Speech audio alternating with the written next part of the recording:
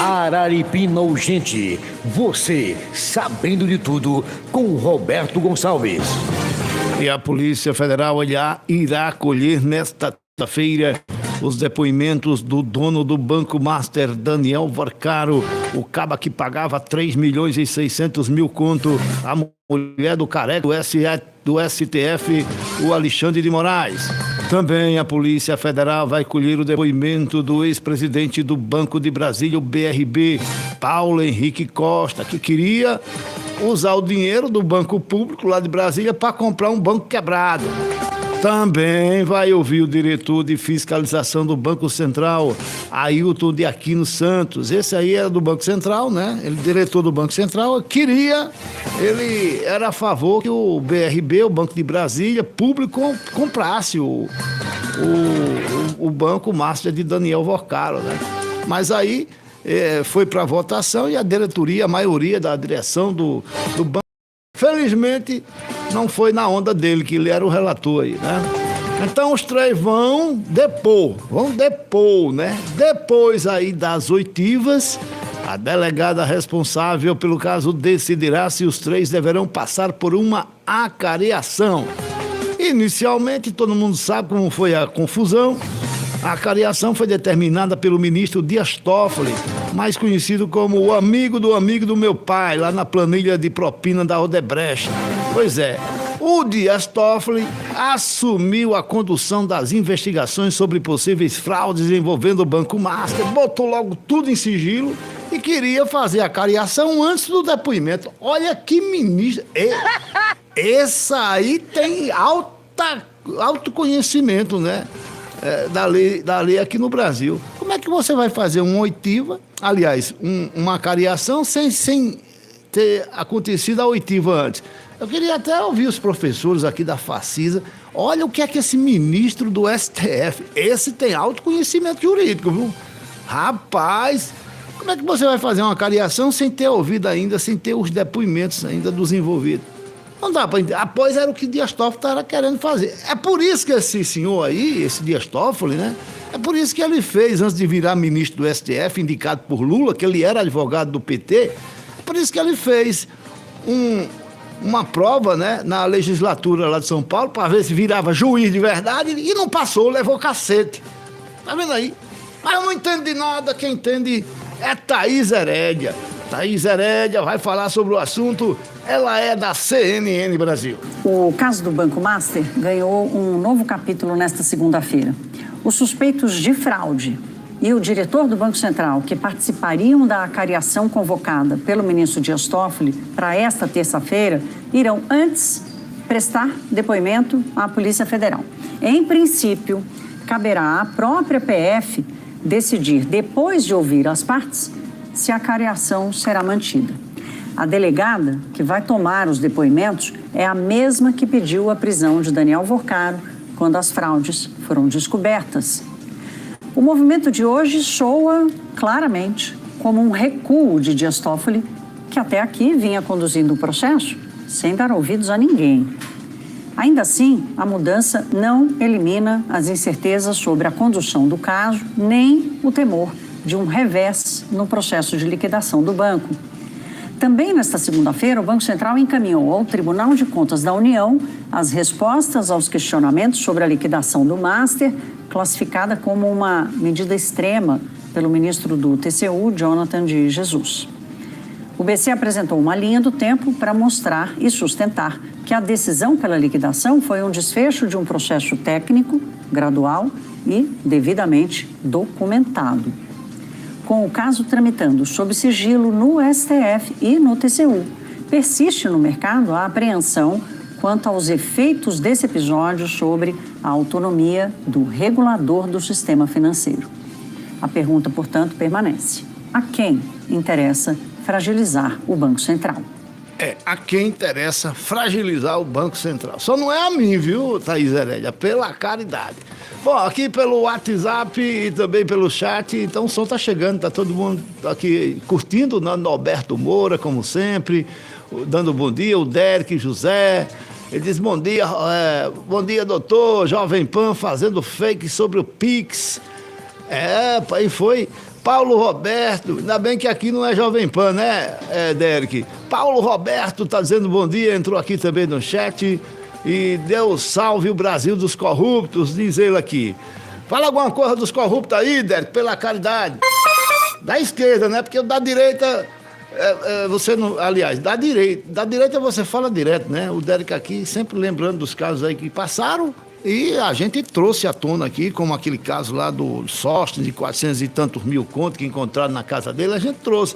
Mas eu queria que você falasse, era dos... Aí, o Sóstenes, né, botou? Queria que você falasse, era da corrupção aí do partido que você ama, meu irmão.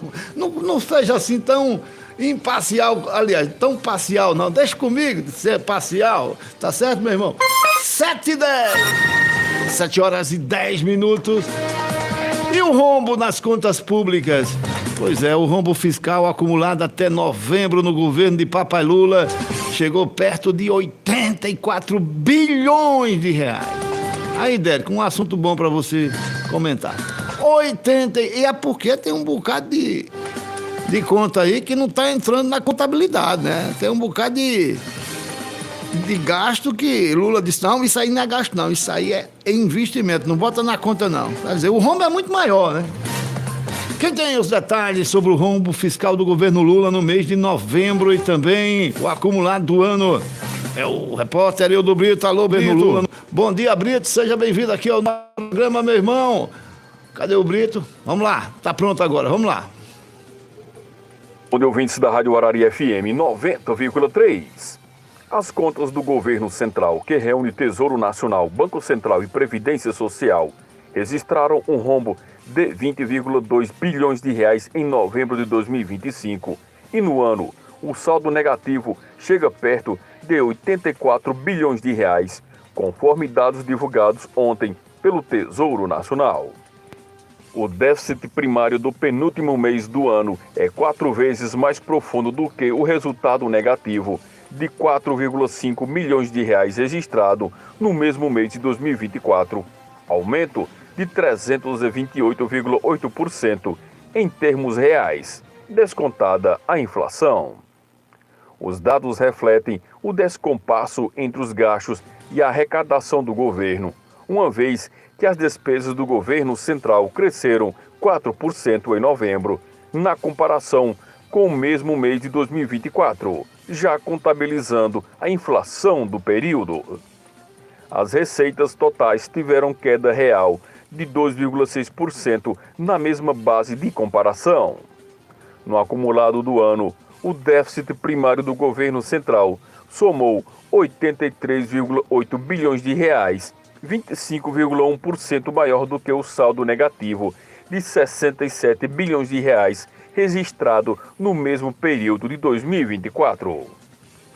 Do Departamento de Jornalismo da Arari FM, Eildo Brito para o Araripino. Gente. Obrigado, Brito. Tá aí o resultado, né, de um governo perdulário, gastador e que não tem responsabilidade com as contas públicas. Isso aí, bate recorde de arrecadação, está enforcando quem gera riqueza no país, que é o empresário, né?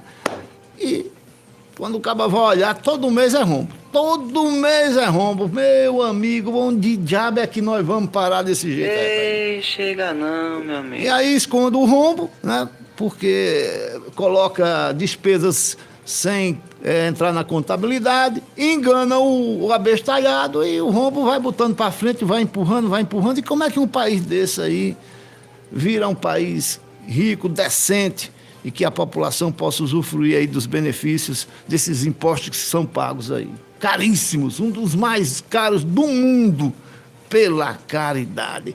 Aí o Vitor diz aqui, viva Papai Lule! O Roberto Santos, lá de Trindade, tá na GG Placas assistindo a gente. Entrou aqui no chat o Zé Peixoto Poeta. Ele diz, governo? Isso é desgoverno, pela caridade. 7h14.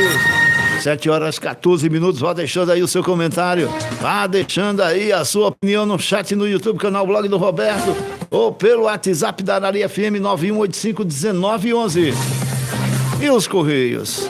Os Correios que davam lucro até um dia desse, até 3 anos atrás, tá com um rombo grande, pegou 12 bilhões de reais emprestado e disse que não vai dar para nada, ainda precisa mais de 8 bilhões para tapar o buraco deixado pelo ex-presidente aí, nem me lembro o nome daquele miserável que foi indicado por Lula.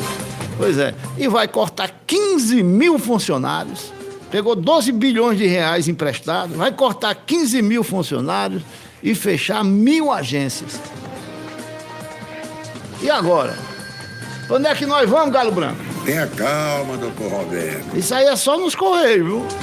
Quem tem as informações é Robson Moreno. Bom dia, Robson. Muito bom dia, Roberto. Bom dia para você que nos acompanha no Araripina, gente, nesta super manhã de terça-feira. Manhã gostosa, né, rapaz? Graças a Deus. E aqui estamos nós com as notícias de hoje. O presidente dos Correios, Emanuel Rondon, apresentou nesta segunda-feira, dia 29, os detalhes do plano de reestruturação da estatal durante coletiva de imprensa, realizada na sede da empresa em Brasília. Plano de demissão voluntária, fechamento de unidades e parceria com a iniciativa privada estão entre as medidas a serem tomadas pela diretoria. O plano prevê um conjunto de ações voltadas à redução de despesas e ao aumento de receitas. Entre as medidas anunciadas estão um programa de demissão voluntária que pode atingir até 15 mil empregados, sendo 10 mil desligamentos em 2026 e outros 5 mil em 2027. Fechamento de cerca de 1.000 unidades dos Correios em todo o país e ampliação de parcerias com o setor privado. Essa notícia tem um oferecimento todo especial de Prime Ópticas, na rua José Barreto de Souza Sombra, no centro da cidade. A Prime Ópticas tem sempre o melhor para você e para sua família em óculos esportivos, óculos de grau, lentes e armações, sempre das melhores marcas do Brasil e do mundo. Prime Ópticas, o melhor com o menor preço está sempre aqui. Valeu, obrigado, Robson. E aqui pelo WhatsApp tem muita gente mandando áudio. O áudio eu coloco depois do intervalo. Pelo chat, que aí a participação é por texto, né? Mensagem de texto. O Paulo Roberto Moura disse: mas, rapaz, quem poderia imaginar, né? Um caminho diferente para o país e não fosse esse quebrar, né, nas mãos do governo do PT mais uma vez. Pois é, quem poderia imaginar, né, Paulo Roberto, que isso iria acontecer? Mas a gente não entende de nada. Quem entende é o povo da Globo, rapaz. Esses jornalistas de esquerda, eles entendem demais. Vamos ouvir sobre o assunto, essa quebradeira dos Correios aí. Vamos ouvir a jornalista Vera Magalhães, da Globo News. Globo News, viu? A gente tem aí a previsão de mais um ano de prejuízos, né? A estatal já vem de 12 trimestres seguidos de prejuízo. Até setembro, esse rombo deste ano era de 6 bilhões. E de setembro até aqui, dezembro, deve passar de 9, talvez chegar a 10. Então, veja que é uma coisa que vai em progressão geométrica, parece uma avalanche, que nada é capaz de conter. Tanto que o Tesouro não topou o valor original do empréstimo que a empresa queria, que era de 20 bilhões, isso foi fechado em 12. E agora o presidente da estatal vem a público na última semana do ano para dizer que vai precisar buscar esses 8 bilhões que ficaram faltando em algum lugar, seja em operações de crédito, seja vendendo imóveis aí, tentando fazer uma mágica para fechar as contas, mas ainda assim a previsão para 2026 é de prejuízo, um ano de prejuízo no ano eleitoral. Veja que eles estão recebendo também uma mãozinha de outros parceiros aí. Vai vir um empréstimo do Banco dos BRICS, que é presidente Dilma Rousseff, para modernização dos Correios e até para viabilizar esse plano aí de recuperação da empresa. Mas é algo que é claramente ideológico. Você tem uma aliada lá no Banco dos BRICS e você empresta dinheiro para uma empresa que não está conseguindo andar com as próprias pernas. Qualquer operação ali que fosse analisada com rigor técnico não emprestaria dinheiro para essa empresa, porque esse plano de recuperação apresentado é um plano fraco, é um plano que não supre as necessidades reais de você reerguer a empresa. Então, a gente tem aí um pepino para o governo descascar no ano que vem, e essa ideia, estamos estudando transformar numa empresa de economia mista. Duvido que tenha passado pelo crivo do Lula. Duvido também que Lula tenha aprovado isso aí, né? Passar para a economia mista, ou seja, privado e público, público e privado Quando fala em privatização para os governos de esquerda, isso aí é mesmo que é um pecado. Não pode não. Por quê? Por que é que não pode? Porque lá é cabide de emprego, é para botar os companheiros, meu filho. Mesmo que esteja dando prejuízo, como tá aí os Correios aí agora, 10 bilhões vai dar prejuízo só agora em dezembro. Aí pegou 12 bilhões, vai pagar só o rombo de dezembro praticamente. E o resto? O ano que vem é prejuízo de novo. Onde é que a gente vai parar? Aí eu me lembrei do ex-deputado, né, Gonzaga Patriota. Ele disse, rapaz, como é que pode querer privatizar uma empresa estatal que está dando lucro quando era os Correios? Até 2022 estava dando lucro. Como é que pode querer privatizar? Que isso é dinheiro aqui que vem para a saúde, para a educação, lucro e tal. Aí, ó, por que é que tinha que privatizar? Porque todo mundo sabe que numa democracia tem aí alternância de poderes. Quando pega um presidente doido, gastador, e que não freia a corrupção, o que é que dá? Quebra as estatais tudo. Aí, em vez do dinheiro vir para a gente, voltar para a gente, né, para a educação, para a saúde, com o lucro dessas estatais, não. Vai ao contrário, vai tirar dinheiro das irmãs medianeiras da paz para tapar rombo lá nos Correios, feito por companheiros do PT. Tá entendendo como é que é, Galo Branco, que funciona o negócio? Tenha calma, doutor Roberto. Pela caridade. 7h21. São 7h21 em Pernambuco. E para fechar esse bloco, vamos falar sobre o relatório da OEA. Ontem não deu tempo, né? O relatório da Organização dos Estados Americanos, que falou a questão também de tentativa de golpe. O relatório disse que existiu realmente a tentativa, porque golpe não teve, né? Tanto é que o presidente é Lula. Mas também falou em freio ao uso abusivo da justiça no Brasil, ou seja, Alexandre de Moraes foi citado pelo menos 4 vezes nesse relatório, né, como censurador, né? Vamos ouvir a reportagem de Henrique Faustini. Bom dia a você, Roberto. Bom dia a todos que nos acompanham nessa manhã. A Organização dos Estados Americanos, OEA, divulgou nesta sexta-feira, de 26 de dezembro, o relatório final sobre a liberdade de expressão no Brasil. No documento, a organização fez recomendações, em especial ao Supremo Tribunal Federal. Entre elas estão a descriminalização do crime de desacato, dos crimes contra a honra e combate ao litígio estratégico contra a participação pública. No relatório enviado especial à OEA para a liberdade de expressão, Pedro Vaca alega que, abre aspas, a ação penal é um dos mecanismos mais severos de restrição ao direito à liberdade de expressão. No entanto, a imposição de responsabilidades civis desproporcionais pode ter um efeito semelhante. Ambos os mecanismos são frequentemente utilizados no Brasil. Fecha aspas. Em outro trecho, ele completa, abre aspas, notavelmente a legislação brasileira mantém crimes expressamente rejeitados pelo sistema interamericano, como o crime de desacato. É particularmente preocupante que isso permita a judicialização generalizada de conflitos relacionados ao controle exercido pela cidadania sobre as autoridades públicas, criando riscos significativos para as pessoas que participam de debates e assuntos de interesse público, fecha aspas. Essa matéria tem o oferecimento de Granja Almeida vendendo água rara, melhor preço e atendimento no centro de Araripina. Granja Almeida, daqui a pouquinho estaremos de volta com muito mais informações. Valeu, Faustini. Eu queria que Xandão fosse imparcial, né? Porque jornalista aqui no Brasil não tem imparcialidade, não. Nem eu tenho, imagina um resto aí de esquerda aí, 90%. Mas o juiz era para ser imparcial, o ministro. E se ele fosse imparcial, ele já tinha mandado apreender o celular da Malu Gaspar, da Mônica Bergamo, essas jornalistas de esquerda que estão detonando ele. E ele não diz nada. Caladinho. Quando a crítica era de jornalista de direita, que até tem exilado, tiveram que fugir do país, a Polícia Federal batia na porta no outro dia. Bora, Xandão! Manda apreender o celular de Malu Gaspar, rapaz. Oxente, a gente tá doido pra saber o que tem no celular dela. Ei, Xandão, quem foi tu, hein, meu irmão? Ei, chega não, meu amigo. Tá acuado. 7h24, intervalo. Informando. Prestando serviço e comunicando. Roberto Gonçalves. Paralipina Urgente é um